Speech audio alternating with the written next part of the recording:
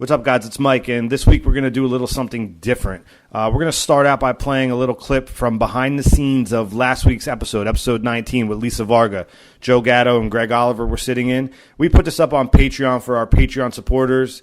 Sometimes we just like to roll tape before we start the show, and we put that up on Patreon. A little behind the scenes for people who support the show. You can find our Patreon link off of our website, and thank you for your support. After that, we're going to move into one of my favorite episodes of all time. You might have heard it if you're a Pizza Beer Revolution fan. This is an oldie but a goodie. The NFL season started yesterday, so why not give you a little Phil Villapiano, Oakland Raiders legend, Super Bowl champion, Pro Bowler. It was one of the greatest episodes of all time. If you like the NFL, if you like football, if you like storytelling, this one's great. We hope you enjoy it, and we will be back next week. Hi, I'm Lisa Varga. I'm an actress, a host. I love sports. I love entertainment, and you are listening to PBR Podcast. That was very good. It wasn't bad, right? Sure. No. Do you want me to do it over? I think you should do it again, though. Okay. Let's do it this time with a little bit more energy. Come at it with a little more information. pizzazz. I don't know what I'm supposed to say. No, I think you should just come at it with like a little bit more of give it a little bit more Varga, a little bit Lisa. I think we're all feeling that. More Varga, more Varga, less Lisa. More Varga, less Lisa. Nobody likes Lisa. No, but the Varga. Everybody's about the Varga. You know what I mean? Lisa's. Was that enough to say though, or is it was probably too much. Okay. It was probably too much. it was Just too look much? at the camera and wink. That's it. Done. That's all we need. Oh, it's resting on my it. belly. No, it was actually great. All right. Well, what's up? Was that our cold open? No, it's good. Yeah. You can do it one more time though, just so I have. Okay. Not That you, was her. bad. Oh, me? You want me to do it? No. Hi, I'm Lisa Varga. What? Oh, that'd be you great. do it. It doesn't make sense, but I do it. Well, I'm Lisa Varga. You kind of look similar. I am Lisa Varga. It's- They're gonna see You guys through could this. be. You're the next Twins movie. Danny Do me a DeVito, favor. right? You say hi, I'm Joe Crowning Gatto. jewels, too. You say hi, I'm Joe Gatto. Hi, I'm Joe Gatto. And I'm Lisa Varga, and you're listening to PBR Podcast. How's that? That was good. All right. That was a good one. It's going to confuse everyone. Why are you sitting like that? Nobody can see me. I sit however I want. I don't have a camera. Secret. I can rest the mic on my belly. It's great. You can take it off the stand if No, you I want. like this. This is good, man. Look. I like to take this uncut stuff and put it up on Patreon for our Patreon supporters. Oh, of course. I mean, we Yeah. love Patreon. Is there anything you want to say to? Now, this is a select few of people that support. Yeah, these are the people. These are the creme de la creme of people that listen to are part of our posse. Right. And we like to thank you for that, of course. And everybody on Patreon. I'll tell you a secret that no one else knows. I peed the bed till I was 14. Now they know it, and don't tell anyone. I'm trusting you. Right, Lisa, would you like to share any secrets About Maybe peeing my bed? No, I don't remember ever peeing my bed.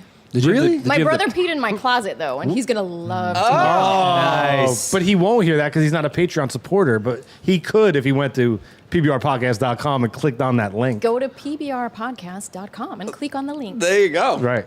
Greg not only pees his bed regularly, but he robs ice cream stores. But that was a whole episode It was ago. last episode. But I had a pee alarm in my bed. What? I peed in my bed till I don't know how old I was, but I'm old enough to remember that I had this like sheet of metal under the sheet that Like if when I a peed water on- heater breaks? No, if you peed, that was like a tinfoil thing, and if Yeah. I peed in my bed, this loud alarm would wake me up because I would just do it in my sleep. Do you remember that, like, when every time you peed your bed, you dreamt that you were peeing?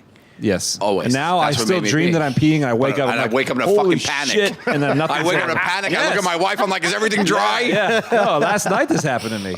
It's weird. It doesn't happen a lot, but once in a while I'm like, oh my, I can't believe I'm peeing again. I mean, we might as well round table it. Do you pee as well? I've not. No. Never When you in were your younger? life. Maybe when I was little. Yeah. But do you dream that you peed?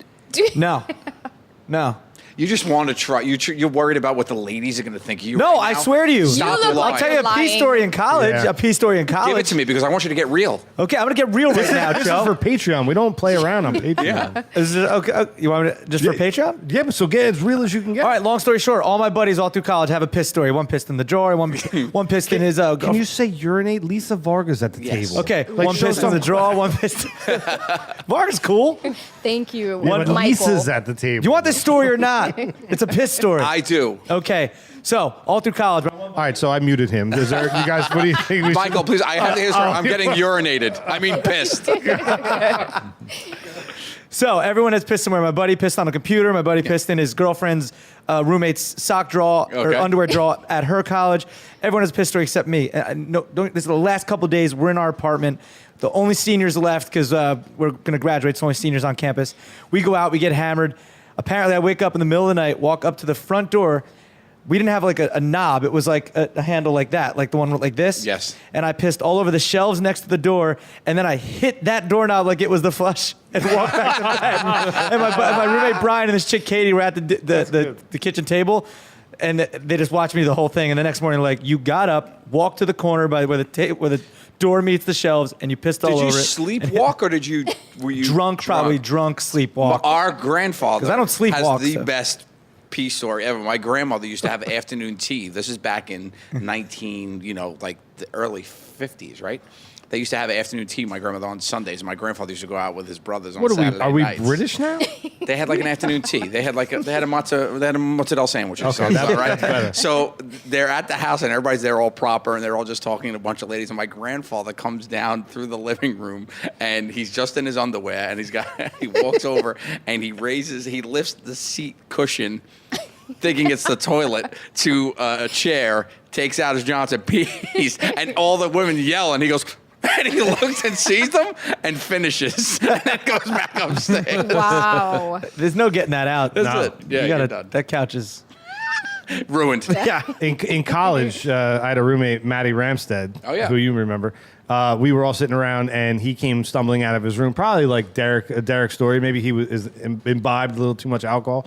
And he opened the refrigerator and peed right in the refrigerator. A lot of people have done that, though. Yeah. That's not like I've heard that before. I have never heard that. Really? Somebody peed in a To refrigerator. open the fridge and pee in it. I haven't, but people have. Yeah, he's got You a haven't friend. done any of this, right? I know, I'm a shelf guy. I'm a shelf and doorknob guy. We are clearly have an advantage when it comes to you about being able to pee on things. Yes, Right, you right. do. Yes. So I'm sorry about that. I am sorry. And you know what? I would love to write my name in the snow. You can't do it. And I can't. Well, you can. You can. They actually make a product. A lot of I've yeah, seen this. It's so They do terrible. make a product that it like straps to your area and then has. Are you kidding me? No, Yeah. it's a funnel so you can pee in the woods. I think this This is a true story. I I've been think- camping this summer. I think we've hit enough. All right, You so- know, me too.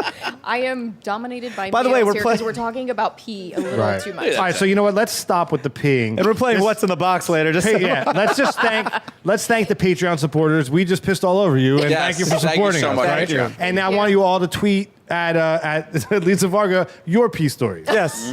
At Lisa Varga. At Yes. the Lisa Varga. Oh, She's see? like a you, the Wait. Derek T. Who's regular at Lisa Varga? Is that like a Some girl nemesis? that's also a blonde. We look very similar. She's actually tweeted me before and said, so many people, I love this. I mean, she has like maybe a couple hundred followers. Yeah. And a few times this has come up and people have tweeted her and she said, this has happened quite a few times. But Well- I don't mind it at all. Well, how I'm like, about this? How about this?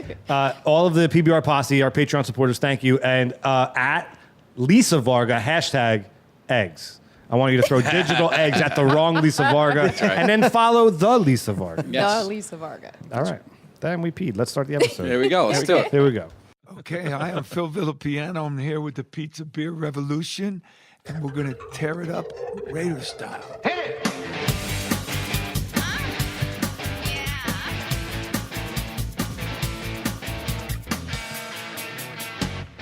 Now tell me something good. Oh, yeah. What's up, everybody? Pizza Beer Revolution, Mike Polano, Chris Ippolito, Joe Maffei, and sitting on the B side, we have a very special guest, four-time Pro Bowler, Super Bowl champion, Mr. Phil Villapiano. Yeah, welcome. Thank you, guys. What a nice song. I like that song. to Do you open hear up. that beautiful voice in that song? I did. That's the lovely and talented Nikki Ippolito. That's right over Somewhere here. over there. Woohoo, she Yeah. can sing, man. I like that whole thing. Me too. Oh, your head started bobbing at the same time. We had 3 bobbleheads going. There you go. That's what we need. Pizza Beer Revolution bobblehead. I was just Yeah. saying, have you ever had a bobblehead of you made? Because No. I never hit that status. That's got to be big time, man. I think So wait, it's like Pro Bowl then bobblehead? Is that what you're telling something me? like that. Yeah. oh man, I got a Super Bowl ring, but never a bobblehead. that's funny. 'Cause, you know, to bring up the Super Bowl ring. Everybody that we had spoken to about you coming on the show, the big question was, do you think he'll bring the Super Bowl ring? Do you think? And then you brought it. I So brought it. to Thank you so much. I like whenever I go and, I had a feeling I might find some Raider fans here today, so I bought a Super Bowl ring. For them. I was going to say the second question was, do you think you'll let me touch it? There it is, right there in my show hand. the camera. Wow. Can we take a picture of that? That's pretty amazing. That's a Super Bowl. Can you ever say in your life? Can I pass it around? Is that okay? Absolutely, man. That's what it's for. That you've ever touched a Super Bowl ring? Wow. That's pretty awesome. Thank you so much for coming by. That particular ring is the year they went from looking like big college rings to professional rings. And ever since then, every team has tried to outdo that one. Right. And they have. Yeah. I mean, you look at I saw the Baltimore Ravens ring a couple of days ago. I was at Joe Namath's tournament a couple of days ago. We had the Baltimore Ravens ring I saw. Well, I naturally know what the Raider rings look like. Ted Hendricks had the third one on. And Dallas Cowboys, ridiculous. Yeah, I can imagine. So, I mean, it became extravagant. This is really beautiful. They're almost so big you can't wear them. I actually think, and because this is mine, man, I like it. But this is wearable. Anything bigger than this, it gets a little gaudy. It's a beautiful ring, and it's heavy, and I can't believe that we got to touch it. What year is that Super Bowl? This is the Super Bowl 11, which was the 76th season. That's the Vikings? Viking Raiders. Good for you. Yeah. Well, you had a big play in that. Wasn't there a goal line play? Yeah, I had a good one. I can't wait to hear more about that. Cool. Yeah. I always like to talk about that game. That was a good one. Yeah. I would think that if you're talking to a Raider and you start talking about tackling him in the face and the scrotum and things like that, I think Raiders like that kind of stuff. Well, I watched your highlight reel, and I got to say, if you watch your highlight reel and watch last night's game between Pittsburgh and the Ravens, right, the way you played the game and the way they got penalized for trying to play the game the way you played it last night is it's a mind blowing. You right? know, that kind of ruined all the momentum the Steelers had. Those two penalties on those two drives, and I don't think either one of them was avoidable. Right. And I'm totally, I totally liked the new rules. I thought somebody was going to get killed.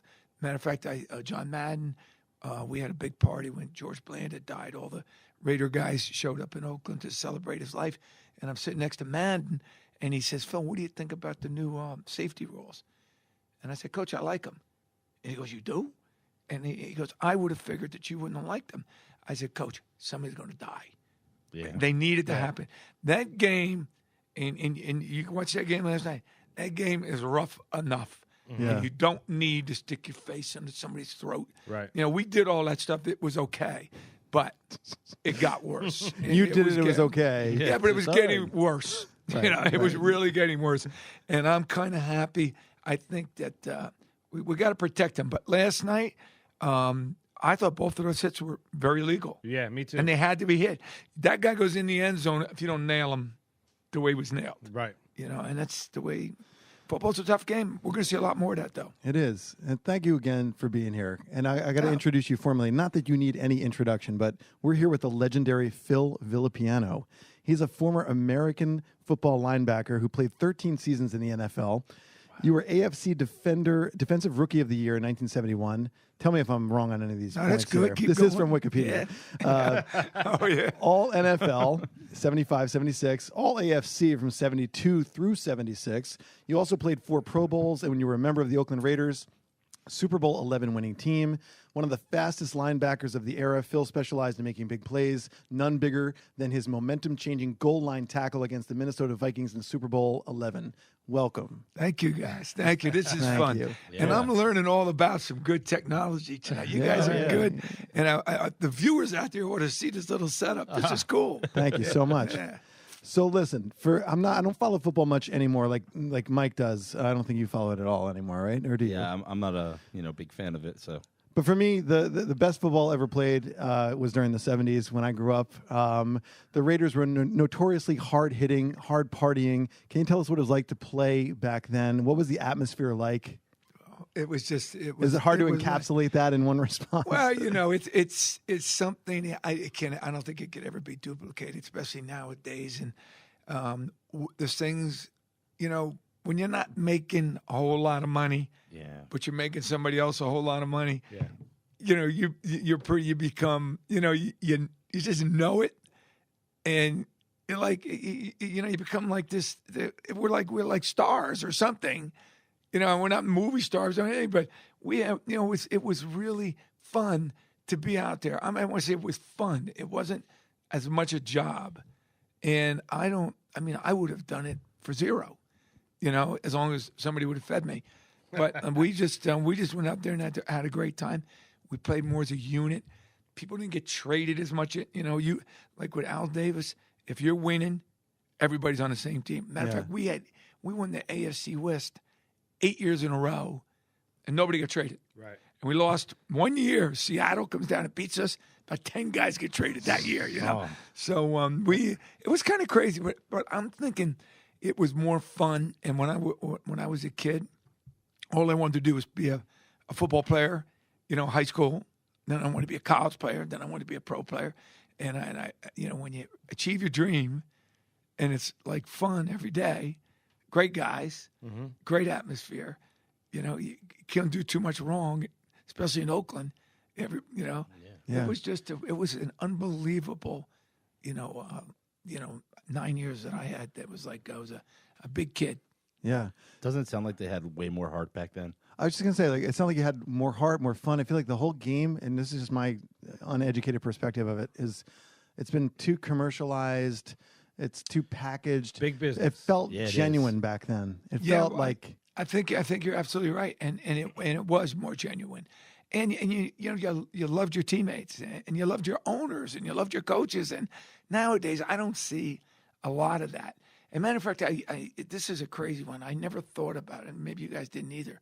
But with this free agency now, I went back out to Oakland about 3 years ago, and they built this beautiful practice facility. I'm telling you, gorgeous.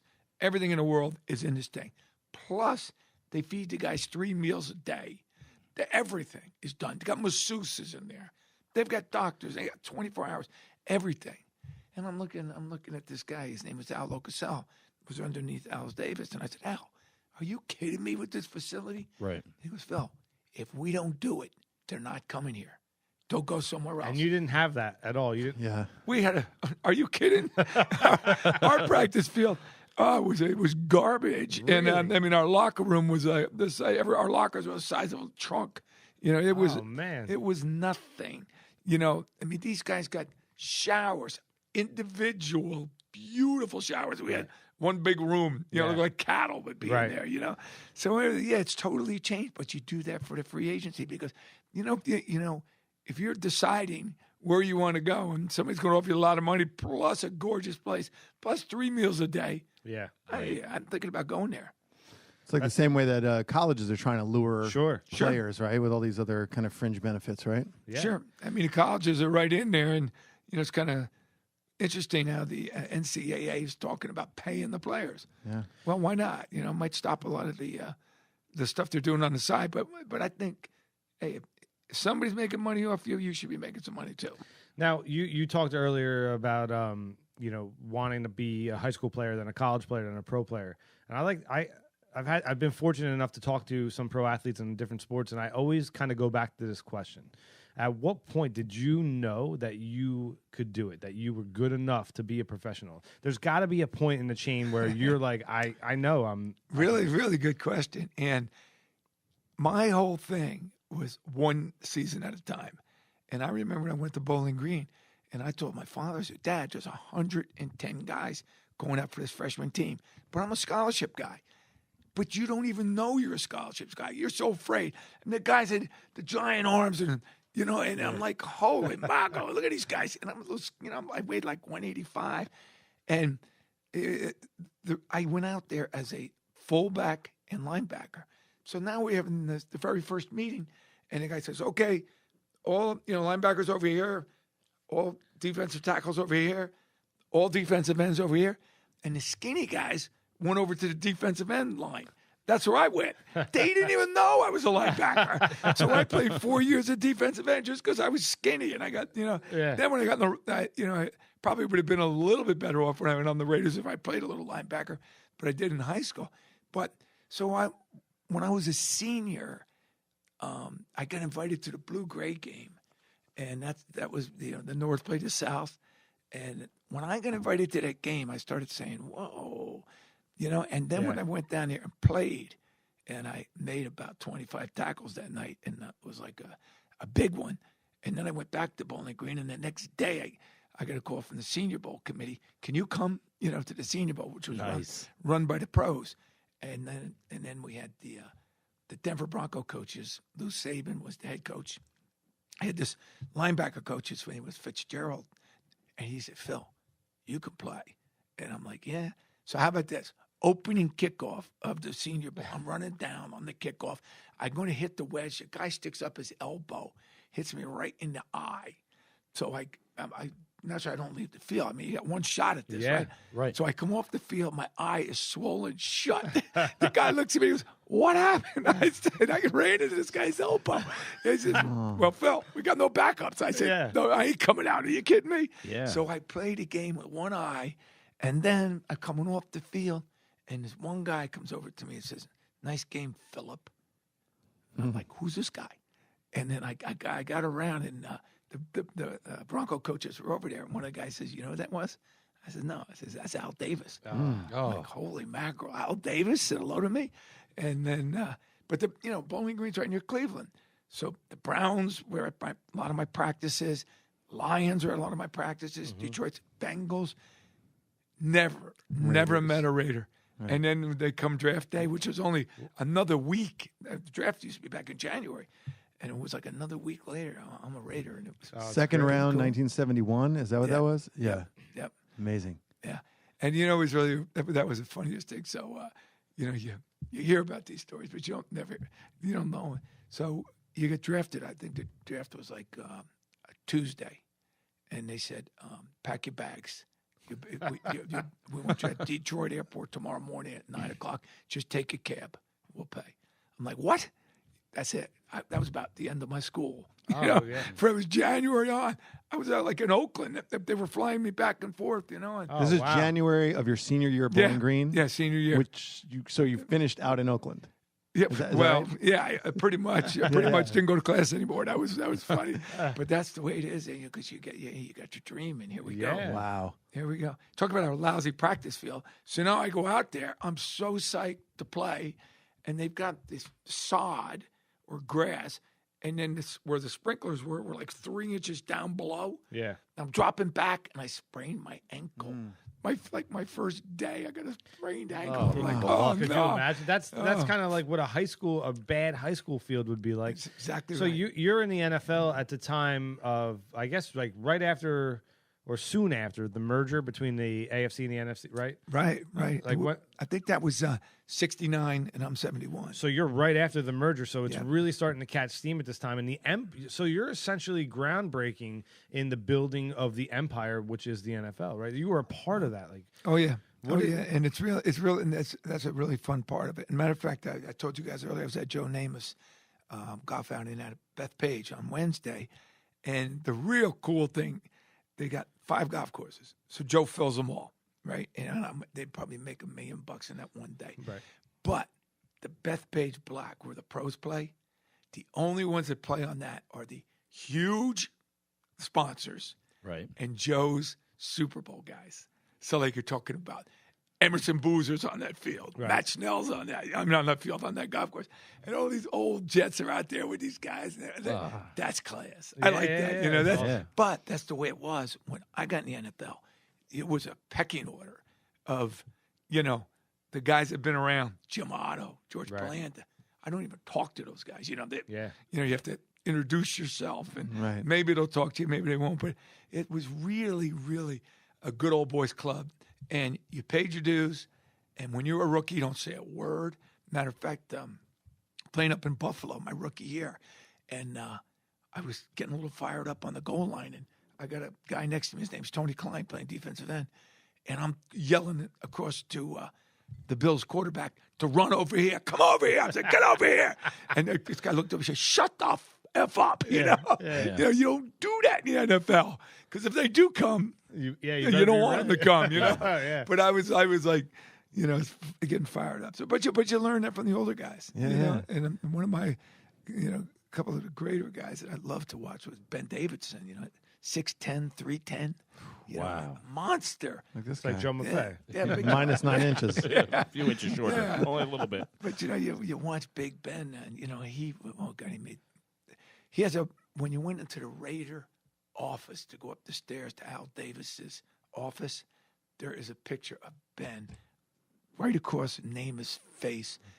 The helmet is over here. It's there. And that's when he broke Joe's nose. That was a big play. So great. that was the stuff the Raiders just loved. I was going to ask you, did the Raiders go out of their way, the Raiders administration, to seek guys that were just ruthless? It seemed that way, but it was true. That's the way they liked it, and and everybody, you gotta have you try to get the same mentality of players on your team. It makes it work a lot better, and we had that mentality, and everybody thought alike. A matter of fact, we have behind me, I got Jack Tatum, George Atkinson, Skip Thomas, and Willie Brown. Oof. Yeah, those four guys, tough guys. they knock your head off. They call themselves the Soul Patrol, and they were, and those guys were taught by the guys that, were there before me, like Nehemiah Wilson. We used to call him Chicken Skin. He was just yuck. He was just a nasty person. Yeah. But a great guy, but it's just a nasty football player. And Right. That's the way the Raiders liked it. Do you feel like their club is still like that? They still have that kind of that aura, I would love to say yes, but I was at the Jet Raider game last Sunday, and I don't think there's much left. Do you think you can? Joe, Yeah, that's right. right. That was my question. Who's able to play ball like that? You anymore? can. I wanted to ask you. It's like the way we kind of talked about it earlier before we started, but the way you played, you can't play like that today. No, you right? can't. You can't. But if we saw the Pittsburgh Raven game last night, and we talked a little bit about the hitting, but they are playing a great brand of football. And mostly the offense, you got to be somebody under control. But how about the Seattle Seahawks defense? They hit as hard as anybody I've ever seen. Sure. And the 49ers are right behind them.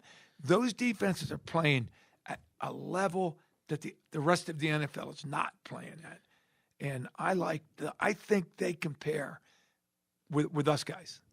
But even hitting hard and playing fast and furious defense is still different in my eyes than in your era. Like when you guys tackled somebody, I was joking with my card a little bit, but you tackled by the face, the scrotum, the neck, head, chest, and breast area. But like you tackled like you were like it was a mission.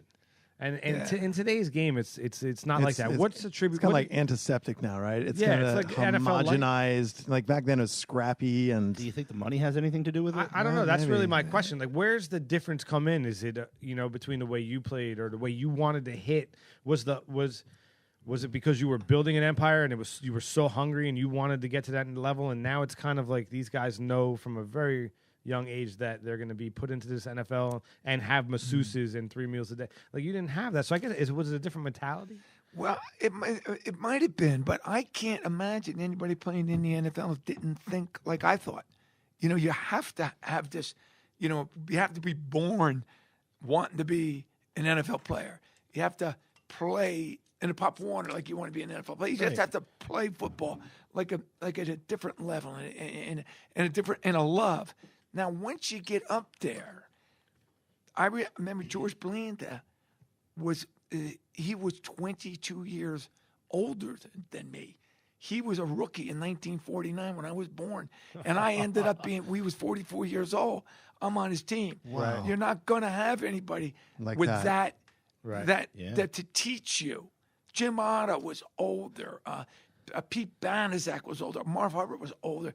Fred Biletnikoff was older. Listen to these guys. How old were they? Upshot. Like you said 40s? Yeah, they were all like Imagine way that. upper 20s and 30s. You Okay, know? yeah. And we had a bunch of those guys, which they don't have anymore. Yeah. You some of these teams, there's maybe a quarterback that's been around 8 years. Sure. Look at them all. There's no. I see there's a lot of non-locker room. You need locker room leadership. Sure. And a very good story that I would like to tell you was when I was my 9th year in Oakland.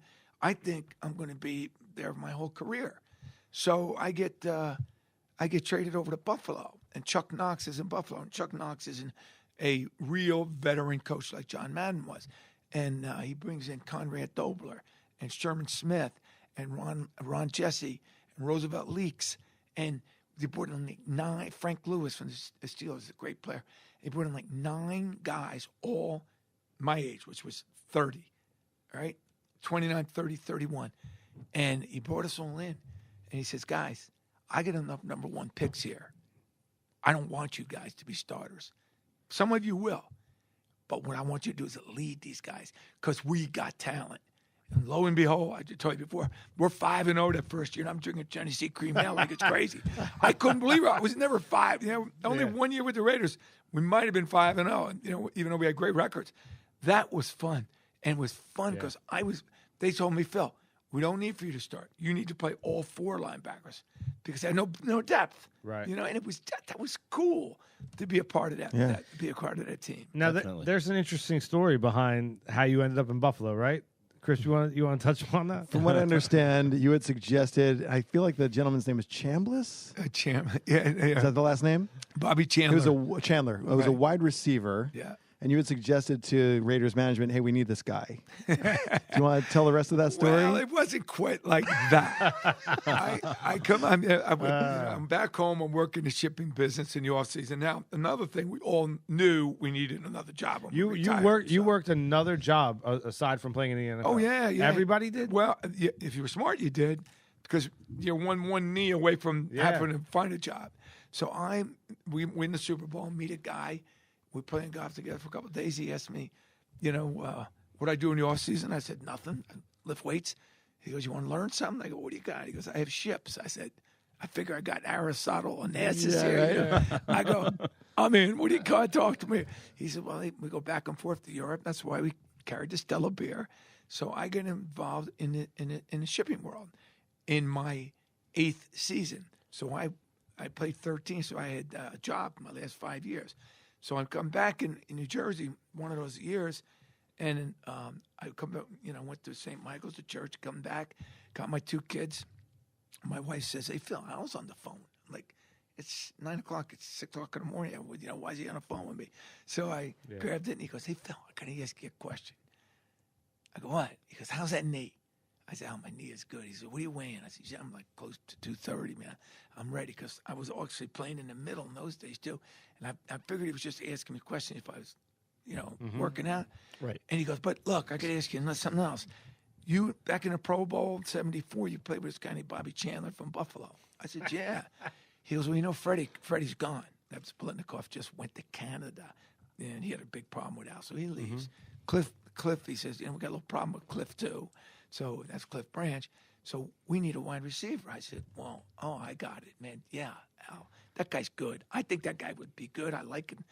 The way he runs patterns. It was like Politnikoff, and he's a good guy. He goes, but Phil, we can't make a mistake. You think he could be a real Raider? I said, yeah, but you're going to have to give up somebody for him. Oh, yeah, it's you. So I got traded. So there's another one. So no shoot, I get off the phone. 5 minutes later, Chuck knocks, ding, ding, ling. Can you be in Buffalo tomorrow? And boom, then we started all over again. That's great. So I had great years. And, my roommate up there was Conrad Dobler, and you talk about a sick guy. I said, Conrad, he played for keeps. And we went up there, and we're sitting around having beers one night after practice, and Reggie McKenzie's sitting there. And we called him the governor. I said, hey, Governor, why don't you guys win? He goes, Simple as that. What do you mean? He goes, why don't I said, you got better players than the Raiders do. Why don't you win? He didn't even realize he had better players. That's how losing can just poison you. Yeah. He didn't even know. And then, and Knox told us what he wanted from us. We shared that with Reggie. Let's go. And then we got revved up. And then we went to the playoffs 3 years in a row. In the 4th year, we missed the playoffs. But it was fun. My 4th year up there. What was your reaction when he said, all right, we're trading you? Oh, God. And then I Were said, you heartbroken? Were you excited? I was destroyed. Yeah. I was a Raider, man. I was a Raider. I was a Raider, man. I couldn't think of playing for anybody else. But that's when you learn it's a business. Yeah. You're a commodity, right? Yeah. And they had some really good young linebackers out there, and they just drafted Matt Millen, so they really didn't need me. And This is 79. What year is this? That was 79. 79. Yeah. And So that's Matt was a rookie. Him and Howie Long came in 80, which All was right. my first year up there. I was just saying. So I think I should be a little worried if these guys come to me and go, "Well, what do you think would be good for PBR, Joe?" Remember that guy? How about that guy, Phil Villapiano? Remember him? I think he'd be great in the organization. That's funny. Well, that'd be funny though. I want you to call me up and tell me that happened, Joe. That'd be good to hear. But you know, people get traded in a lot of weird ways in the NFL, and the reason that happened the way it happened was another Villapiano-ism. We're playing golf. There's like 16 of us, and we could play anywhere we wanted out there in those days. And we're playing golf, and we come in, and the golf pro standing there goes, "You guys know you're going to Los Angeles?" Like, what? Oh, wow. There's Gene Upshart, the captain of the team, right next to me. What are you talking about? Al Davis is on television right now. Is telling the world. Oh, wow. So we could get out of here. So we used to throw dice. You know, in California, they throw dice. You play them like liars. Poker, you know? Yeah. So we throw dice, we're drinking beers, and Dave Dalby's having a barbecue that night. So we go back to Dalby's barbecue, and the Oakland Tribune finds out where all the guys are, so they're called. And one guy after another gets on the phone, and I was the last guy, which made me have drank the most beer. So it's Dave New, my buddy Dave Newhouse gets on, and he says, "Phil, what do you think about this?" I said, "You're asshole, I can't stand it when he does." I'm talking about Al Davis. No. How could he do this to the people of Oakland, to this city? This is the greatest city to play football in. I can't stand it. It just drives me crazy. I never said I wouldn't go. Right. Next morning, Villapiano won't go. Sure, media spins it. So Right? my wife, we woke up. She says, "Oh, there you go, big mouth.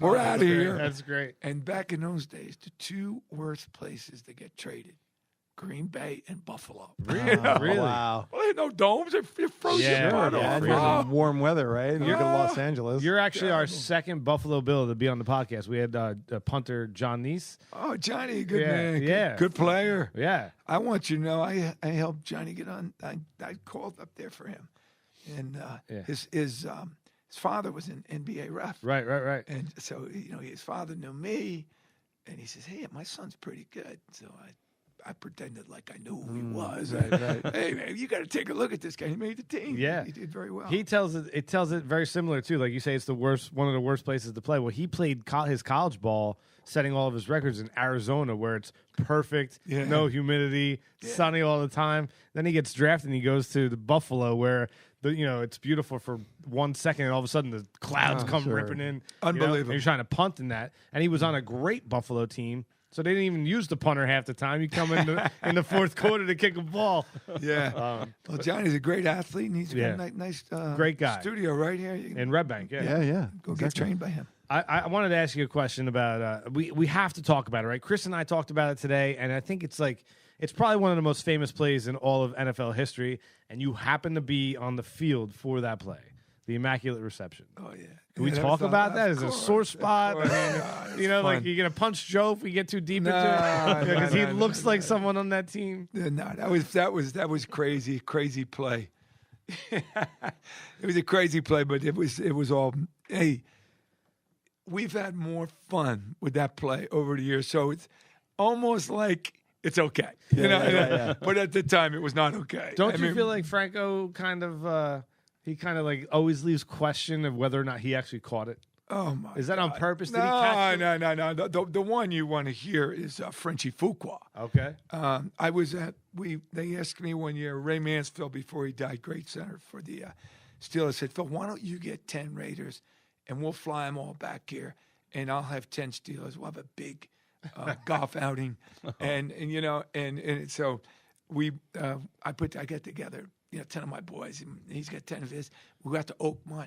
We had a big day, and Frenchie Fuqua, because we all came to town, decided that this was the night he was going to tell everybody if the ball hit him or hit Tatum. Oh my! So now because back then there was a rule, right? If it went off a certain player, it wasn't eligible to be a deflection, to be intercepted, offense to offense. Okay, It could have gone from Tatum to Franco, but it couldn't have gone from Fuqua to Franco. Okay. Which is what we said and what I saw. I saw the ball hit Frenchie. So anyway, he's gonna tell it, and he gets up, and he's standing up, and he can't speak for a while because he's gonna tell everybody about the Immaculate Reception. And then he starts crying. No. Crying. Oh, really? And then he walks off. I did that dirty bum. It never comes out. Oh, never.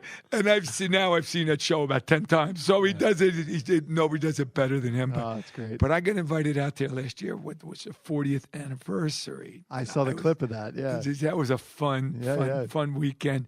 And I was representing the Raiders, and we just had more fun out there.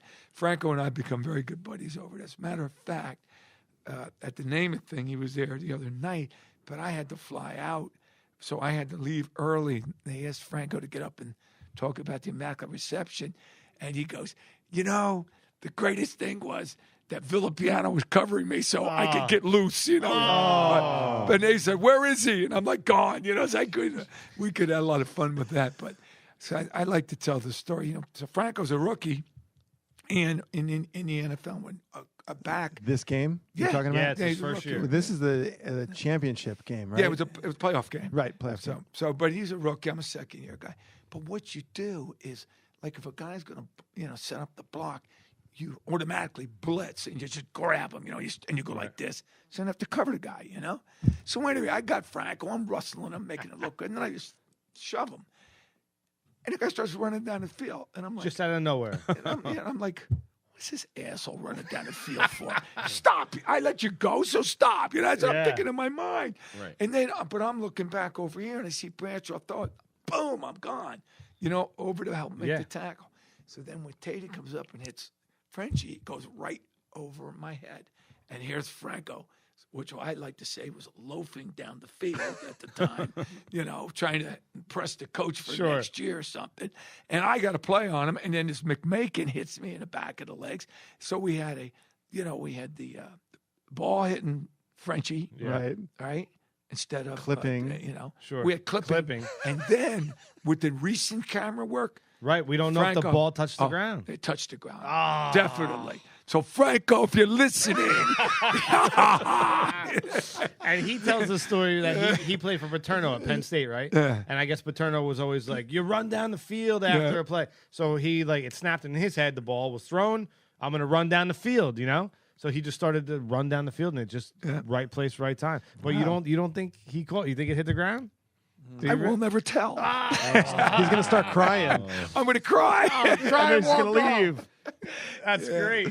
But anyway, it was great. It's crazy. So Frenchie started crying again last year at the big thing we had out there. They had the big news conference, and I was representing the Raiders. And the funniest,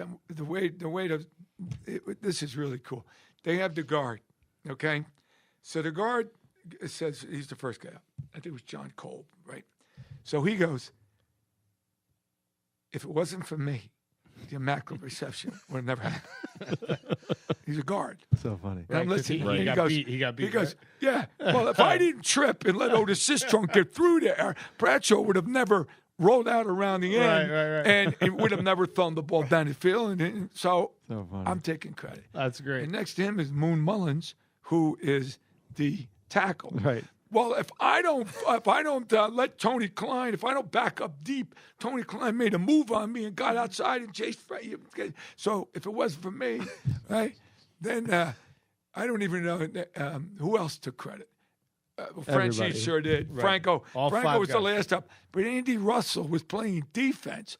Oh, he took credit because he let Snake run around the end to go in the end zone let us get the lead. So everybody took credit. So funny. But Franco's like, it was all me. So we have a lot of fun with that play. Yeah, that's good. And it's pretty cool that it was the number one play of all time. They say. So I'm involved. It's amazing. It's It's great. Great. A lot of fun. Did you see us all on the edge of our seat when he was telling the story? Yeah, man. How can you not? Tell us more. We were like, yes. Was Bradshaw there for that? Of course he was. Well, right? he was the quarter. He threw the ball. No, I know, but at this event, He doesn't come in. oh, he doesn't. No, him and Chuck Noll had a problem. Well, Chuck's passed away, right? Yeah. Yeah. Noll, yeah, but he was alive last year. He was alive for that. Yeah, but he just doesn't, he doesn't. And plus, it was during the NFL season. He was Yeah. probably working too. Yeah, of course. I have a question that I don't know how to ask the question, and we kind of talked about this, Chris, earlier today. It's because my initial question was, because you were a linebacker, out of all the running backs that you had to go up against, Just gonna ask this. Yeah. Oh, you were? Yeah, No, that's fine. Good. I don't know how to ask it though, because there's two ways to ask it. One is like, who was the who was the hardest running back to tackle? But I don't think that's really the question I want to ask. I think I want to ask, when you're sitting back there as a linebacker before a play, and there's a running back opposed to you, which one makes you go in your head, oh shit, I have to tackle him again? Well, you know what I mean? There's a couple varieties in the NFL. There's the scamper guys, the real quick guys. Mm-hmm. Terry Metcalf, Clarence Davis. These guys, they're tough to tackle because you can't get them. Right. When you get them, it's easy. Right. And then there's that middle-sized guy that's got power and bigness, like O.J. Simpson. Yeah. When O.J. Simpson was back there, it was a different world. And he's getting the ball every other play or every play. And he's the best there is. He's quick as a cat and big. And then Franco Harris is in that category. Right. Franco Harris always came across like a bulldozer to me, like just plowing through, right? Yeah, but no, Franco actually had moves, and speed. Eric Dickerson's that style. O.J. Anderson was that style. Right. But then there's the other ones, the Larry Zonkas. I'm waiting for this name And to the John drop. Riggins. Say it. Say the name. Les Josephson. No, say it. Say it. Did you play against Houston Oiler? Oh, Earl Campbell. Did you play? Absolutely. Earl Campbell Earl actually fit in the quicker category. Really? He was quick. The thing that sticks in my mind. But he ran so hard. He was probably one of I would have to say O.J. Simpson and him. Really? They're The top two? Best running backs. Different levels. Yeah. I mean, I remember Earl Campbell, them grabbing his jersey and him continuing to run Tearing and the the jersey jersey. ripping off. Yeah. Just disintegrating. He's so strong. So strong, man. And so that's the guy. So we talk about, I don't think we ever were in a game where it mattered against the Bills. Right. But we were in a lot of games that mattered against the Dolphins. Okay. And you knew Zonka was going to get that ball. And that hurt. Yeah, he was That hard. hurt. Really? Oh, that hurt So big time. is he the hardest running back? The Well, hardest to hit? you want me to tell you the guy that looking in that Yeah. backfield don't want to see Yeah. is him. Larry Zonka. One bar across his face, and that- one bar like a and that- punter, and that right? hook thing that came down, that big nose. Oh man, He's a monster, huh? great player. And I think I saw in your highlight reel that you had the I want to say like privilege, like you got to tackle Walter Payton. Oh yeah. Now Walter Payton was another one. I mean, why didn't I say him? Right. Try to catch him. He's a Now he's a he scamperer, right? He was Like a bigger scamperer. Right. He was as quick as those, and someone like Barry Sanders. Yeah. We played in Detroit one time. A cut. I couldn't believe the guy stood on his feet. Yeah, it's crazy. They're very, very interesting athletes in the NFL. And they're very great players, and they're a lot of fun to go up against. And if you're an All-Pro, you want to go against the All-Pros. Sure. So you want to say, okay, my tackling's better than your running. Let's see. Yeah. I used to like to do that. Do you ever hit anybody and just go holy shit? I don't know how else to put it. just Yeah. like holy shit. Whether you were on that side or they were on that side, like holy shit, like that was a hit, A lot of times you're on the bottom of the pile, or you're still attached to the guy, and you're just feeling your body to see if everything feels good. you know? But I used to love it, and I did a lot of football camps in my days, and I teach a lot of tackling. And when you make a perfect tackle, it's so easy. And I almost say the running backs enjoy it too. Because they go down. It's almost like when you rope the cow, the calf, and it's just zoom, zoom, done. Fluid kind of. Right? That's a good feeling. I feel like you had a really distinctive style of tackling where you just doing research on you, watching your game footage again, where you would just scoop guys up and kind of just throw them. Right, yeah. Right? I saw that a lot of times. Right, but that's got, like you're saying, that's got to be easier on the offensive player because you're not. It's not that you're not driving them into the earth, although you did that as well by their face, scrotum, neck, head, and chest area. But sometimes you just scooped them up and threw them, right? Yeah. Well, it's tackling the best tackle is a nice shoulder into the knee area, wrap them up, and you just go down because you got them. You take their legs off the ground, so they're, it's over. Right. They have no power once they're up in the air. That is good, but that only may happen once every 4 or 5 games. Sure. Because you never know what part of your body. I just used to throw it in there. Whatever happened. But sometimes it was just perfect. And we played this one half against Kansas City one time where we went 3 and out every time. They must have had the ball like 7 times. It's like pitching a perfect game. Yeah. Right? It was unbelievable. Then in the second half, we couldn't get off the field. It was like nuts. I was like, what happened to us? Yeah. It was crazy, but I'll never forget going in the locker room and I'm like, holy shit, guys, look what we did, Yeah. We were perfect. Yeah. 3 and out every time. So what do you think contributed to that turn in momentum and that something get in your head? Like, how did you lose that? It's they may have. That's good coaching. Yeah. Halftime, you watch what happens. Yeah. The Raiders, they did it again Sunday up at the Jets. They lost about 5 or 6 games at the end of the year last year. They got playing a little bit better in the second half. If you get ahead, your coach has got to make adjustments too. Adjust, yeah. But what happens, it always seems like the team that's losing makes the most adjustments. But it's not the way it should be. Always, you should always come out with a little something different. And the Raiders can't do it. So what you're going to say, the chief coaches, whatever they did it right because all of a sudden you can't stop them. Yeah. Because they got one dinky play and all of a sudden, similar to what happened to the Steelers last night, those 2 plays just broke them. Yeah. And that was only in the second quarter. It's just demoralizing, right? Yeah. And in the NFL, I got a son right now who's playing football at Brown University. We talk a lot about, quarterbacking and because he's a quarterback and seeing the field. And I told my son, now, how does people can do this? I don't know because I'm not a quarterback. But if you ever miss a coverage in the NFL, the ball's there. It's 100%. The quarterbacks can see that field. Yeah. And it's just amazing how they can see it, and then that ball is there, and you go, oh, God. Never do they not get it there. It's just like, it's coming. Yeah. You slip, it's coming.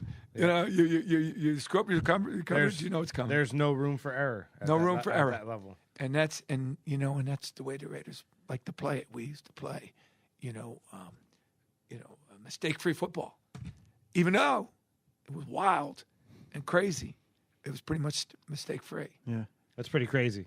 It's funny. I'm hearing him talk about all these glory days and people who you respected, but I really want to know about an arch enemy or an arch rival or someone like when you got on the field, like you almost had hate for them. An individual or a team? An individual or a team. Well, a lot of times, the teams, you hated them. I hated the Chiefs. Right. I hated the Steelers. I hated the Dolphins. Because of the way they played, because of the way their management handled mostly, the game? Or the Dolphins, because Don Shula was on the competition committee, and all the referees were kissing his ass, and every flag went against us. Yeah, now he charges like $100 for steak. Yeah. The Steelers, they were just played tough football, and we just knew that was going to be a tough game. And then, like the Chiefs, they were as dirty and rotten as we were. So that was always a fun game. And we knew it was going to be nasty, and you loved those games. And you played them twice a year, right? You love those games, but you hate those guys. Oh, yeah. Because you saw yourself in them? Oh, it was beautiful. But the fun games for me were when I had like a Russ Francis from the Patriots. When you come out and you go against an all-pro, and you're above and beyond, a guy that you knew was really bona fide, then you get fired up for the individual. I hated everybody, every team, but I used to like to hate individuals. With Riley Odoms from the Broncos, big all-pro. I made him quit so many times. I just stuck my hands in his face. And I love his it. throat. Was he as a center, guard? That's What was what I he? wanted to hear. Tight end. Tight end. So my big things was that I always had played against the tight Right. ends. They had this kid, Jimmy Mitchell from Atlanta. A maniac. And I just knew we're going against Atlanta. This is going to be nasty, so you get yourself fired up. Bob Trumpy from Cincinnati, another nasty guy. I used to love to play against him. And at the end of the game, it was cool. But my number one guy I hated was Love this. was Ted Kowalik. Can I name mine next? Go ahead. Okay. So we play against the 49ers, and now that's just I shouldn't even hate the guy. They were in the NFC. We don't even play him that much. Right. But every last preseason game, every year was against the 49ers, the Cross Bay rivalry. Right. And Banazak, and Blanda a little bit, told me that they have an all-pro tight end. Phil, you can't let this guy off the line of scrimmage. Well, they started working me earlier in the week, and by game day, I couldn't wait to get out there. I didn't know who this guy was. But what I did to this poor guy, we didn't even last 3 plays. We're some bam, bam, bam, bam, bam. And then the next year, bam, we did it. We're out of that game. Madden went crazy on Banazak because he knew he made me get involved. And then the next year, we did it again. And then the next year, we did it again. And then the 4th year, we're back over in San Francisco. And there was right up from Perth, boy, Bruce Harper is running. Not Bruce. What's his name? Bruce Taylor from Perth Amboy High School, running a reverse, and I'm going this way, and then I go back this way, and Ted Kowalik, whop, hits me in the face, blood everywhere, everywhere, and then because I promised I wasn't getting thrown out of this game, that ended it. We went berserk. Is there a point though where the two of you guys, like before a game, kind of wink at each other, and you're like, no, Like professional wrestling or something? No. But he ended up being a Raider. Oh, right. He You traded with him? Oh, he's my buddy now. Oh, that's great. I got another one, Mike Ditka. Oh, so, Bears? I'm playing. The Bears. The Bears. Yeah, I'm playing in the college all-star game. So we're up in. Right, 'cause he was a tight end, right? So we're going to play against the Baltimore Colts because they're the Super Bowl champs. But 2 weeks into this thing, you go scrimmage the Bears. Here I'm a little rookie, and Ditka decided to, whop. And he was a big dude, right? Oh, man. It's we're like he played offense like you played defense. Man, right? Very similar style, right? It was pretty good. Yeah, pretty tough. But oh man, now he gets traded to the Cowboys about my 8th year in the league when I'm the guy, and he's about his 12th year in the league. And I got him back. What a day that was. Whoa, right on him. I was all over him. The referees had to post. You guys got to stop this stuff. I wouldn't stop because I didn't forget, Yeah. So it's fun, But, hey, but we all, to this day, if I see Mike Ditka, we're buddies. Because he knew I was coming after him. And I knew he was coming after me. But that was the NFL in those days. That's great. It's good stuff. It's like Ali and Foreman, right? It's like That's what you're makes in the ring together, and you get it. It's a shared struggle. That's what makes the league the league, right? Totally. Yep, you gotta love when two competitors are competing. Look at even the golfers that are out there. You see McIlroy, okay, and Bubba, Watson. And, let them compete, man. It's fun. Mm-hmm. Anything, it's good sport. Oh, I love it. So you got go ahead. I was going to say, what is a Ditka without a Villapiano? What is a Foreman without Ali? It's like it doesn't exist. It's like we were talking about True Detective, right? It's like Woody Harrelson needs to have. You have to have. I'm a fan. Needs a Polano. Yeah, totally. Exactly. You need no, he doesn't. You're the opposite sides of a coin, right? Yeah, the yin and the yang. So you got this long, amazing, illustrious career. Is there a game or a play that you can basically distill all that greatness down to and say, that is what my career was right there? It's the greatest moment I've ever had on the field or in the sport. Is there something that comes to mind? There is. And this is when I went to the Bills.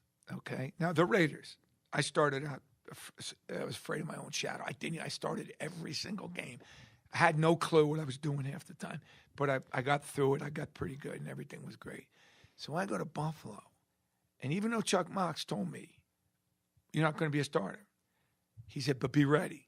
So we're playing the 49ers. We got to beat the 49ers, Joe Montana's rookie year, and we're out there in the mud, pouring down rain. The middle linebacker breaks his hand like the first play, and the linebacker coach sends in the backup middle linebacker, and Knox goes, Hope, Villapiano, get over here. Let's go. I said, Coach. First of all, I said, Coach, I'm not so sure about the singles. He goes, call your own game. And that was the head coach telling me to call me on games, Right. which is all I wanted him to say. Yeah. Because this other guy was kind of a little too mechanical for me. And I didn't play it all the whole year. So when I go in and have a Villapiano game, like a real game, I tackled everybody. And it was wonderful. And we beat. I love that. We beat him.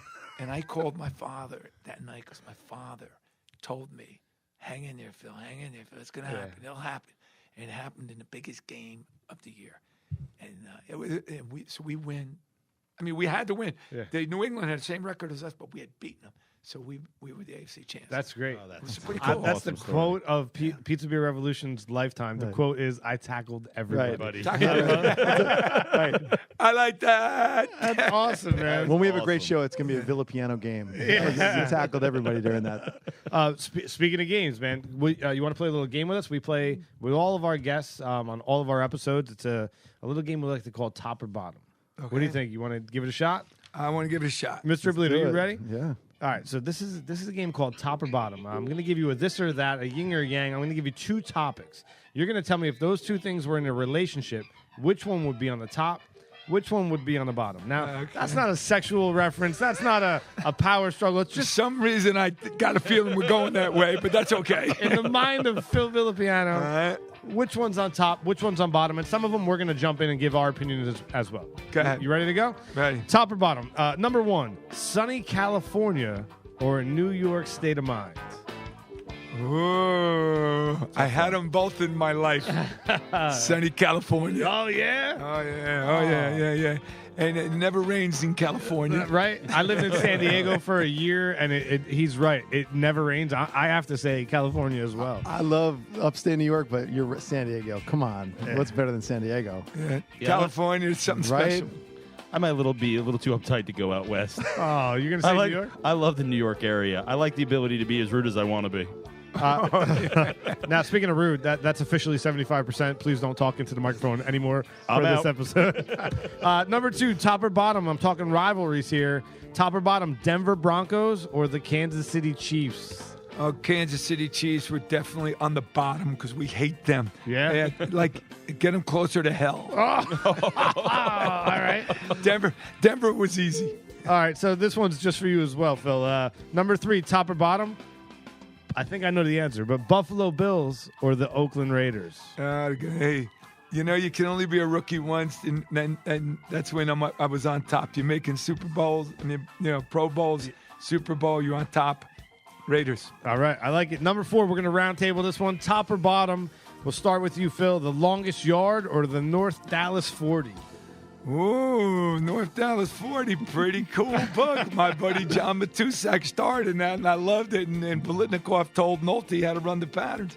That was a lot of fun to watch. Yeah. I think it was so real. Yeah. Oh, all right. So real. On top. All right, so I have to go with the longest yard, Me man. too. I'm sorry, but not the new one. The old one with The old one Burt with Burt Reynolds. Reynolds. Have to, right? And there were a number of NFL players in that movie. Sure, the Ben original. Davidson was a big time in that movie, and there was a few guys I forget now, but definitely Ben. Who was the guy in Blazing Saddles? Oh, Alex right. Karras. He punches oh, the horse. Yeah, Remember Alex him? Karras. So You another play with him? football guy. Alex played with, yes, we overlapped, but he was defense for the Lions, so I was never going up against him. Longest yard. What do you think? I'd go with North Dallas 40. Yeah. It was the first time I ever saw football as real, It was the first movie. I'm like, wow, these guys are really in it. It was really real. And the guys from the Raiders, Bolitnikoff and Matusak, that went and did that. The producers, the directors, they were asking them, how do we do this scene? So those scenes were as real as you can get. And we saw that movie. We went down to play the Rams, and it previewed the night. We had a private screening, and we all were like, holy shit. Oh, yeah. That's the real deal. That's the real deal? Yep. So it just cataloged all the debauchery that was going on at the time, right? Because The there's knees, the guy's going to knee or sticking the needles in Right. his That's a scene I remember. Oh, God. And wasn't Burt Reynolds in Longest Yard? Yeah. Yeah, I'm not a Burt Reynolds. Oh, you're not? No. Burt played. That mustache did better acting than he did. He played ball, though, didn't he? He played college ball. I think he played at Florida State. Didn't he? Yeah, I think Sounds right. he was pretty decent. Yeah, He didn't go pro. I think so. I want to get off topic for 1 second. Let's keep that music pumping, though. But what was the best football movie of all time? The best football movie of all time. Well, I'm going to go with North Dallas 40. Oh. Yeah, you're gonna stay with I that? absolutely loved it. What was Yeah, that? Newt Rockney? What was that big one with the speech and all that? Is it called Newt Rockney? You know, like the quintessential football movie? Like he's no. Is it the movie where the coach comes into the locker room in halftime and goes, guys, this is that moment in the big game where the coach comes into the locker room and says that really important thing, and then you go out and you do what you can to win it? That movie? Oh, I like it now. that sounds like a good one, though. Joe, what's your favorite football movie of all What's the time? one they made the TV series out of just recently? Oh, Friday Night Lights. Friday Night Lights was great because it really showed how good. over obsessive Texas was about their Sure. whole football thing and how important it was in everybody's lives there and the pressure behind it. I mean, amazing. What about Blue Mountain Blue State? Mountain State. I was just going to say I never that. saw it. That way, a guy that played pro ball is the coach. What did you play with him? Ed Wasn't he Marinaro. he was a Raider And or a the Jet? best. You know, he was a Viking to the Jets, Yeah. to the Seahawks, to Hollywood. And he's the coach of Blue Mountain Yeah. State. Have you guys seen Blue Mountain No. State? It is the best 2 seasons of television that have ever you're been out for kidding. football, and they're making it into a movie because Yeah, they it are. was so risque, if you will, Really? for Gotta check TV. this out. That's Is that how- why it's blue? It's Like on- it's blue. It's dirty. Listen to me, We, man. we watched Check it out. opening night. My wife and I. That was it. Oh yeah, Oh, really? It My is- son has watched every episode. yeah. It's a comedic genius, man. That's great. All right, last one, top or bottom. We're going to roundtable this one and hopefully talk about it a little bit. And we'll start with you. Top or bottom, the NFL in 2014 or the NFL circa 1970? Ooh. You know, I'm a product of the '70s. I love it. But you know, the NFL is the biggest thing in the world right now.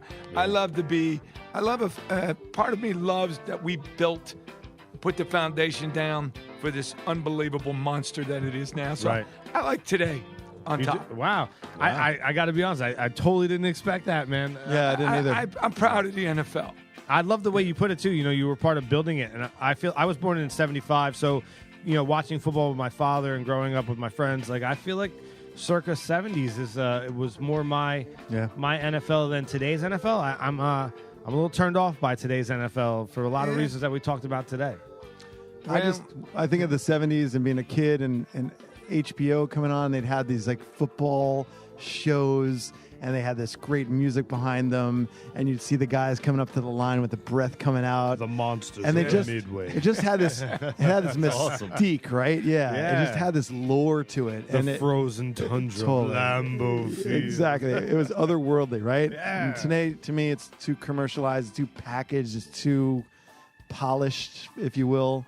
It doesn't do it for me anymore. It felt genuine, like I said earlier, in the 70s. Definitely 70s when men were men, in my opinion. Right. So I can't believe I'm You're the only the one the minority. other way. I went the other way, Yeah. but I mean, I can't even imagine the Raiders are going to go to London and play this year. I mean, that's big. Yeah. And these people, I mean, I've been in Europe a million times. They love the NFL. They get a great turnout. They go to Japan and play. This is becoming a worldly game. I just kind of like what it's become. Yeah. But I guess I'd have to like to play in those days better. So. Yeah. But I like the bigness. To kind of go off of that, and this kind of just dawned on me now, and I don't really know how you'll feel about this question or where this question really fits in, but when you're talking about the building of this empire of the NFL, and you were a part of it, and all the guys you played with were a part of it, what part of that building did NFL Films and Steve Sable really take? Because the things that Chris and I just started spitballing back, and you hear me saying the frozen tundra of Lambeau Field, and these are things we grew up with as kids. Propaganda of that. Right. So, I mean, essentially, Steve Sable was the propaganda minister of the NFL, right? Yes, I he mean, was. like, Yes, he what do you was. think about that? Do you think that I think NFL Filmsman was fantastic. I think Howard Cosell was fantastic. I think Instant Replay was fantastic. I think Monday Night Football was fantastic, and it all had to work together, you know. But I couldn't wait to get the highlight film and go over here to Weber's Bar right near in Allenhurst. Right. And I had my whole Asbury Park High School waiting for. In Ocean Township High School, waiting for me to come home with the film. Wow. Because, I mean, that was made by NFL Films. Right. And they couldn't wait to hear Facenda do his thing. It was great. So he had tons to great. do Yeah. with building that league. And so did his son. Yeah. That's pretty great. Awesome. I have a couple social media questions we put out to our listeners of Pizza Beer Revolution earlier today that you're going to be on. and we asked them if they had a question, any question to ask Phil Villapiano. What would it be? How do you feel about answering a few of those? Let's go. All right, the first one is from a friend of mine, a friend of ours, Ali Conley. He does it's called UK NFL End Zone. So he does a NFL show from the UK. Wow. And he asks if you had to have one. He essentially asks the top or the bottom. If you could have had, and you had one of the two, right? If you could have had a Super Bowl or a Hall of Fame, you could have had one or the other. Which one would be on top? Which one would be on the bottom? What an unbelievable question. Mm-hmm. I was with about 10 Hall of Famers the other day that didn't have a Super Bowl ring. Right. And they're dying for a Super Bowl ring. You got that ring, right? You know what? This is what it's all about. I mean, and you still can have the Hall of Fame, right? Yeah. You can have them both. And you know, I saw Andre Reed, and him and I talked about it. No Super Bowl, but he's got a Hall of Fame. Wow. You know? Interesting. And, there's a lot of guys like that. Well, how about Jim Kelly? Jim Kelly, right? Yeah, like four Super Bowls in a row, all losses. Yeah, you know. Man told us the day of the game. This was his pep talk, and John usually was pretty good at pep talks, but when he got us all together, he said, "Take a knee, in your own way." He said, everybody did a little prayer. And he said, "This will be the biggest single event in any of your lives, as long as you win." Let's go. And that was it. That's great. I was like, "Coach, I need more." That's great. We got no more. Speaking of John Madden, the next question comes from Big Jim Sports, a friend of ours. His name's Jim Neese from Big Jim Sports. He does a radio show. He said, "What is the best John Madden story that you have?" If you're willing to share that, who knows what? The coach was just he was so beautiful, and we loved him. I got a really one that just hit me.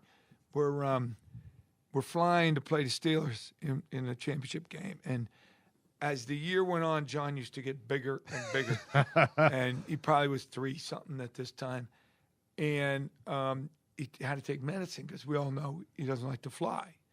So it was obvious that John took a little too much medicine that day, and he used to get up and walk down the aisles and just walk on the airplane. But this day... Oh, so you flew with him? Oh, yeah. Because didn't he take buses all the time? Oh, not in those days. You had to practice in Oakland, then you're in the air. You got to go play. So John would have to get on board. They'd medicate him. But this day, he already thought we played the game, and we were going to the game. I know what that's like. And John, great game, Phil. Mike, way to throw that one. Everybody's like, what? We loved him, though. Coach just over-medicated. That's awesome. That's great. I don't have so much a question as I do a trivia question for you, gentlemen. Okay. Are you aware that Even me? Phil Villapiano has a connection to the movie That Thing You Do? Do you know that movie, That Thing You Do? Thing You Do. Tom Hanks? You look great in the jackets and the glasses. Exactly. Are you aware of the connection? No. No. No idea. Tom Hanks is an Oakland Raiders fan. Okay. He named the pizza place in that movie out by the airport where the band is the house band, Villapianos. Oh, cool. After this gentleman right Oh, here. nice. Hey, that's Very great. cool. And my daughter, Andrea, was the one who found out about that. And, Dad, do you know that Tom Hanks named it? Because he put it out there somewhere, and that was pretty cool. Have you met him? I've never met Tom Hanks, but I should. I want to. When you meet him, can you do Calling me a you favor? out, Tom Hanks. Can you can you scoop him up, grab his legs, and just throw him over your shoulder? I don't know if maybe I'm too old for that. Yeah. But I get him on your show. That would be cool. Yeah, that'd be cool. You guys at the Beer and Pizza with Tom Hanks. Who, if there's been a lot of great documentaries about the Raiders over the years, and one of them was all about Tom Hanks did it. And I think that was, really? Yeah, he was like one of the main guys that talked. And I think that was it was an HBO one. It was really good. Yeah. I think it was when the Raiders and the A's and the Hells Angels and the Black Panthers all going on at the same time. Great get that one. Wow. It's I'll HBO. check that out. Really good. And it was, I can't remember the name of it, but it's very, very good. And Tom, I think, was in there, kind of straightening everybody out. It was pretty good. Interesting. That's cool. Oh, that fact came by way of my a friend Eric Ackway. By the way, thank you for that very interesting tidbit. You got another one? Yeah, I do. Mark Lane, the real Mark Lane. He asks, "Do you still hate the Steelers? And how do you feel about Stabler not being in the Hall of Fame?" Well, do we still hate the Steelers? I think the Steelers, as you get older, it's like, you get divorced and you forget why you got divorced. Right. Yeah. There was a lot of hatred in those days, but now it's kind of cool to be with those guys. Yeah. And I really enjoy, being with the Steeler guys. And I really enjoy doing business in Pittsburgh because they all remember my name. It's like I'm in Oakland, because that's how much the fans put into it, too. They hated the players. So, yeah, they're that's pretty much gone. But for Kenny being in the Hall of Fame, he's got all the stats. He's done everything you need to do. Right. But why he's not in there? There's a few Raiders that probably should be in there. But it's political. It can't not be political. I mean, sometimes these people get in, I don't even know who they are. But Right. yeah, I think Snake should definitely be in the Hall of Fame. Well, maybe soon, right? I mean, Could be. It's never too late. Yeah, he's the old guy division. Right. And we have one more out there, Lisa Varga, at the Lisa Varga. She's a good friend of the show. She wants us to ask you about your philanthropic efforts. I can never say that word ever. Philanthropic. She wanted me to ask you about the Jimmy V Don't Ever Give Up Award. Oh, that was a pretty good one, and that was. But that story's a long one. But what I did. And this is nuts. Is this the ring story? Yeah, when okay. I 9/11, right? The United States, we're all in mourning. We couldn't believe what happened to us. Next week, there's no football. Following week, by chance, I rented a suite out in Oakland. I brought all these customers in. We're having a ball. There was a flyover before the game. Gannon beats Flutie at 44-41, something like that. Crazy game. Raiders win. They knocking on the door of the suite. Phil, it's 7 o'clock. You got to go. So we walk into the parking lot. The guy says, one of my guys says, Phil, we need another beer. I says, okay, no problem. We see some tailgaters. Go over there and walk up, and they pretty much, they knew who I was. Phil Villapiano, oh my God, yeah. So they pulled out the beers. Guy's sitting in a wheelchair. To make a long story short, I decided to call him out and tell him that, you'd never severed your spinal cord, so you can walk again if you only act like a Raider. You got all the Raider crap on. Let's go.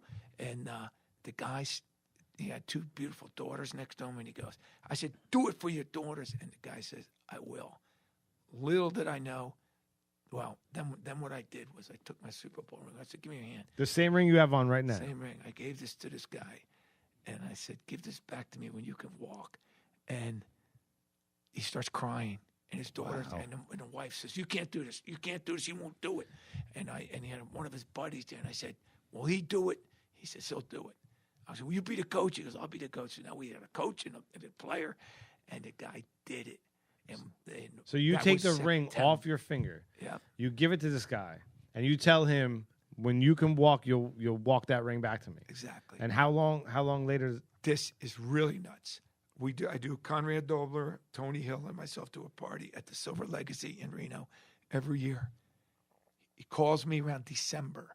He says, Phil, I can do it by the Super Bowl. I said, get out. You can't do it. I said, don't do this if you're not ready. That was December. Then January came. He says, I could do it. You got one more month to go. I can do it. So the guy comes up to Reno. He had a Howie Long jersey on that day I met him. Now he's got the 41 on. Comes in a wheelchair. And we get about, 700 people, 800 people in this big theater. And we're up on the stage. And now it had been leaked out. So all the networks are there. And a couple of my friends picked him up, put him up on stage with a couple of little crutches. And he started shaking and shaking and shaking. And he moved his foot. The place went nuts. Then he started shaking and shaking again, and he moved his other foot. And I was like way over there, and then I started coming closer to him, and then he takes his crutches and throws them down, and he's almost falling, and he's going like this.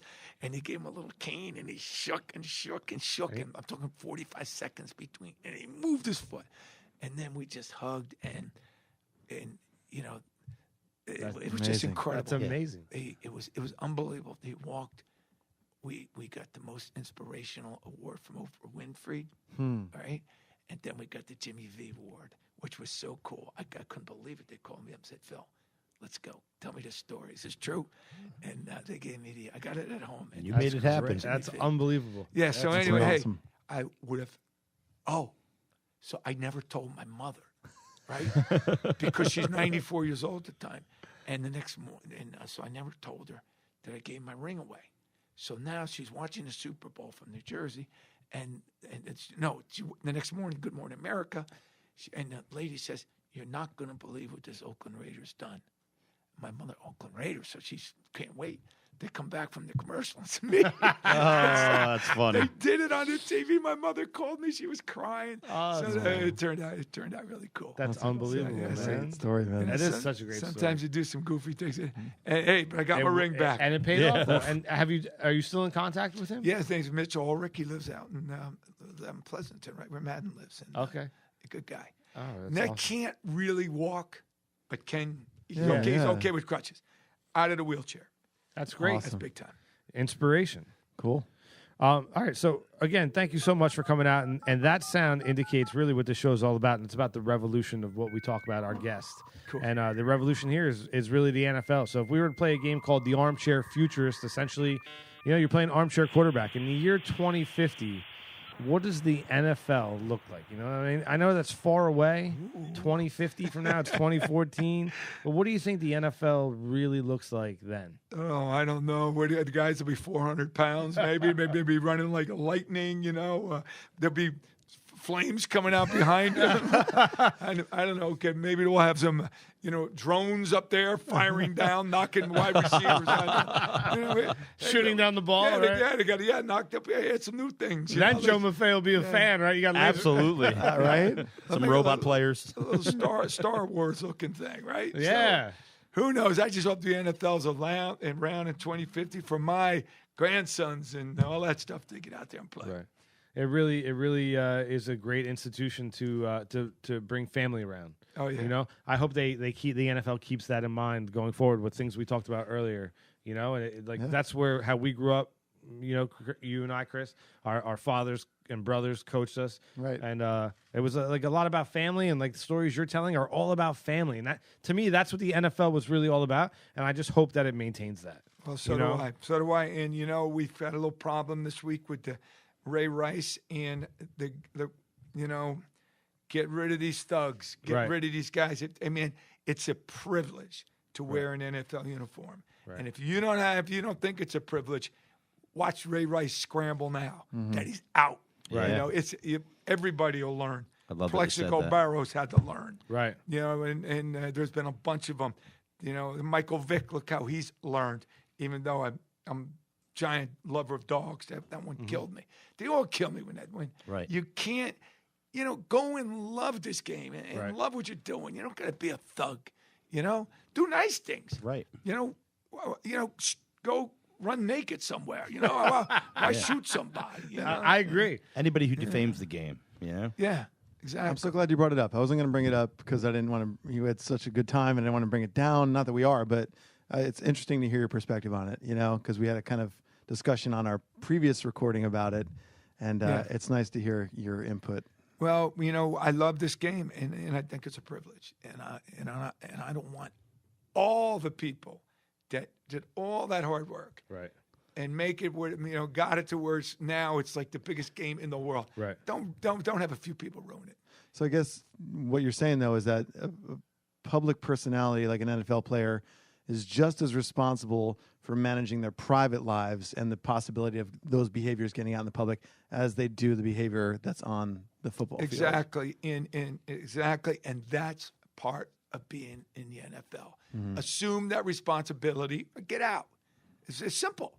I think I'd rather assume the responsibility than go be in the ghetto somewhere. I think most people would too. Yeah. Clearly. Yeah. Yeah. So anyway, they got a black eye this week, but then by the end of the year, hopefully it'll all be rolling again, and it'll be looking good. Soon they'll forget, right? Going back to Futurist, do you think there's going to be kind of like a movement? All these rules are kind of tightening up the game and making it maybe less exciting and, causing some issues. Do you think there's going to be, I don't want to say like a Sandlot league that's going to emerge, but is there going to be some alternative platform, some venue that'll be? I think Kiss was hoping that. In the same way that, cage fighting emerged because boxing was becoming too. It's possible. I mean, You know what I mean? it's clearly possible. I mean, it'll be a long. I mean, there are other leagues, but it'll be a long time coming before I think that happens. I mean, like all the things we talked about, the NFL means so much to so many people. It's going to be kind of hard, right? I mean, That's right. And anything can fail, but these guys are shrewd, and they'll have rule changes and they'll make the game better. They'll have designated hitters or whatever they look at baseball. Yeah. They spruced it up. Yeah. And the NFL will spruce it up too. They're smart. I as fantastical as it sounds with the drones and all that stuff you mentioned, I kind of believe you. I really think not drones, the but Hunger Games, man. I think there's going to be robots. I really do. I truly do. They're going to come up with a robot football league. I kid you not. And I'll be on the side controlling it. And here's the deal: it can be as gruesome as you want it to be. You can just behead that other. Oh, remember that movie? What was that movie with the roller skaters? Oh, rollerball. Rollerball. God, yeah. Who's going to care about the robot? It's going to be the blood sport with robots. It'd be so great. Right? Totally. Cool, man. Thank you so much. Thank you so much for coming in. That was great. Thank you very much. Joe, Chris. You're the best. Whoa. Whoa, hey. Let me hear that girl sing again. It's coming right now. Ippolito on the way out. Do you want to plug anything? Phil Villapiano. I'm plugging him. He's the best. There you go. Thanks, guys. A lot of fun. Thank you so much. Thank you. We'll let it play out. Yeah, thank you, man. Revolution. I hear it. Good stuff. All right, guys. I'm gonna take my wife. Culture, sophisticated,